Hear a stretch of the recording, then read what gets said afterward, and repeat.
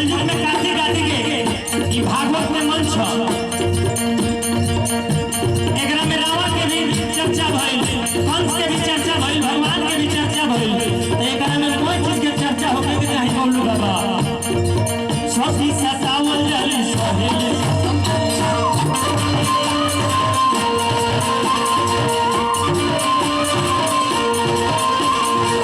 सती सतावल जली सहेली सतिया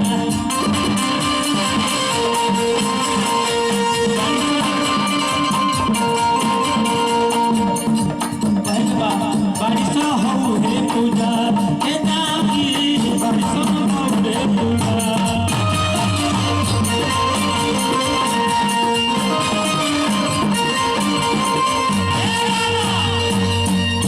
विकास भाई भजन के रूप में बजता खाली गाड़ी जितना मिलियन व्यूअर्स जाता भाई बहुत श्रोता काहे भगले है। हम वास्तव में अपन गीत गईती तो क्यों ना भागे सत्येंद्र भैया बाकी लॉर्ड लिहाज में गोपाल भैया के मंच हो, गोपाल भैया टाइम के एगो दुगो प्रयास करे के बाद हम अगर आपन राजनीति से करे में एगो लोग ना भागी दावा का भजन के रूप में बाजता खाली गाड़ी केहू के नहीं के विचार में भाई विकास भाई यही से हमने के काम चलाता कि गजबे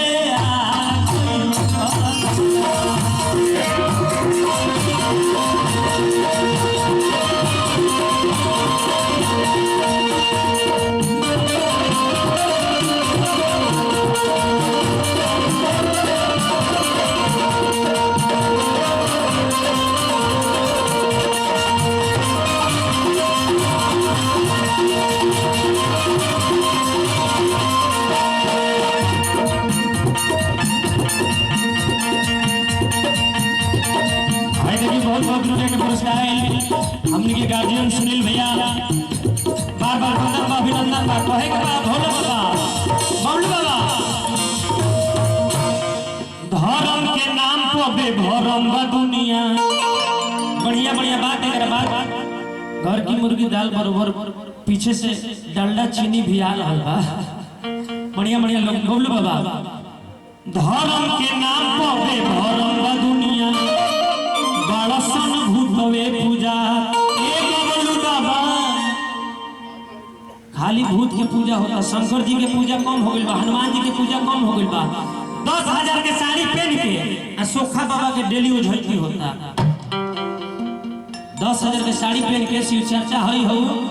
मर्द के खाना टाइम पर नहीं मिलो आई होता कि धर्म के नाम पर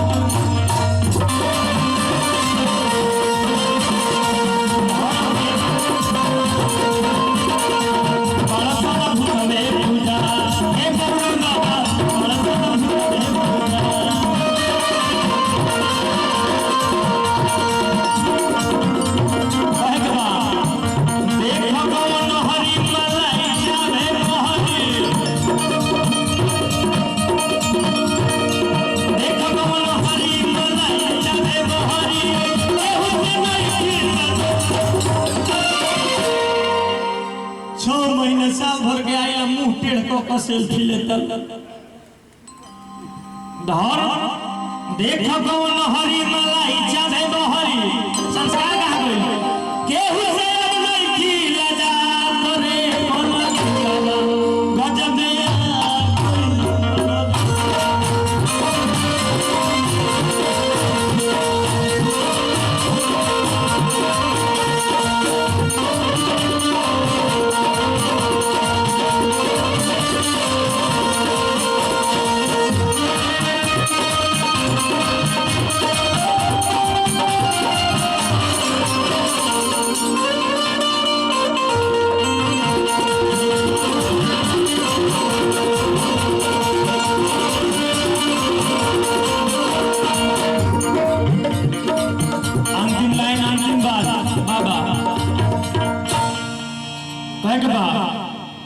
पाड़ा कानून गढ़े वेद पढ़ेगा दहा।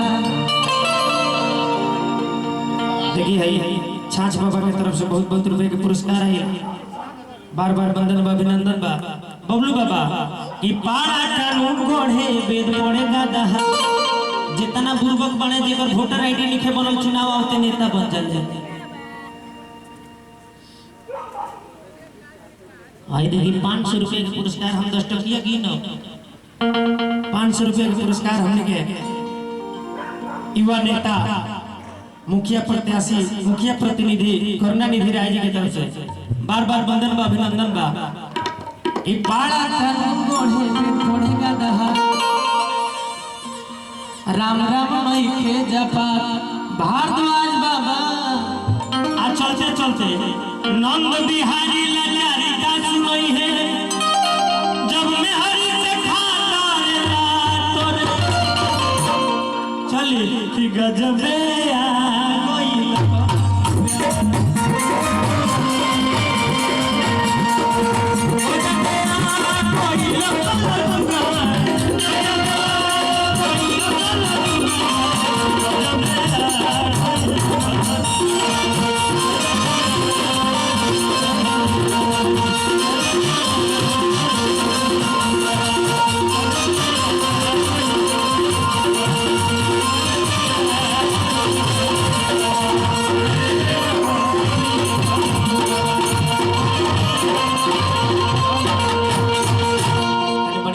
ताली बाजा भैया। राइट टेंट हाउस की तरफ से पुरस्कार।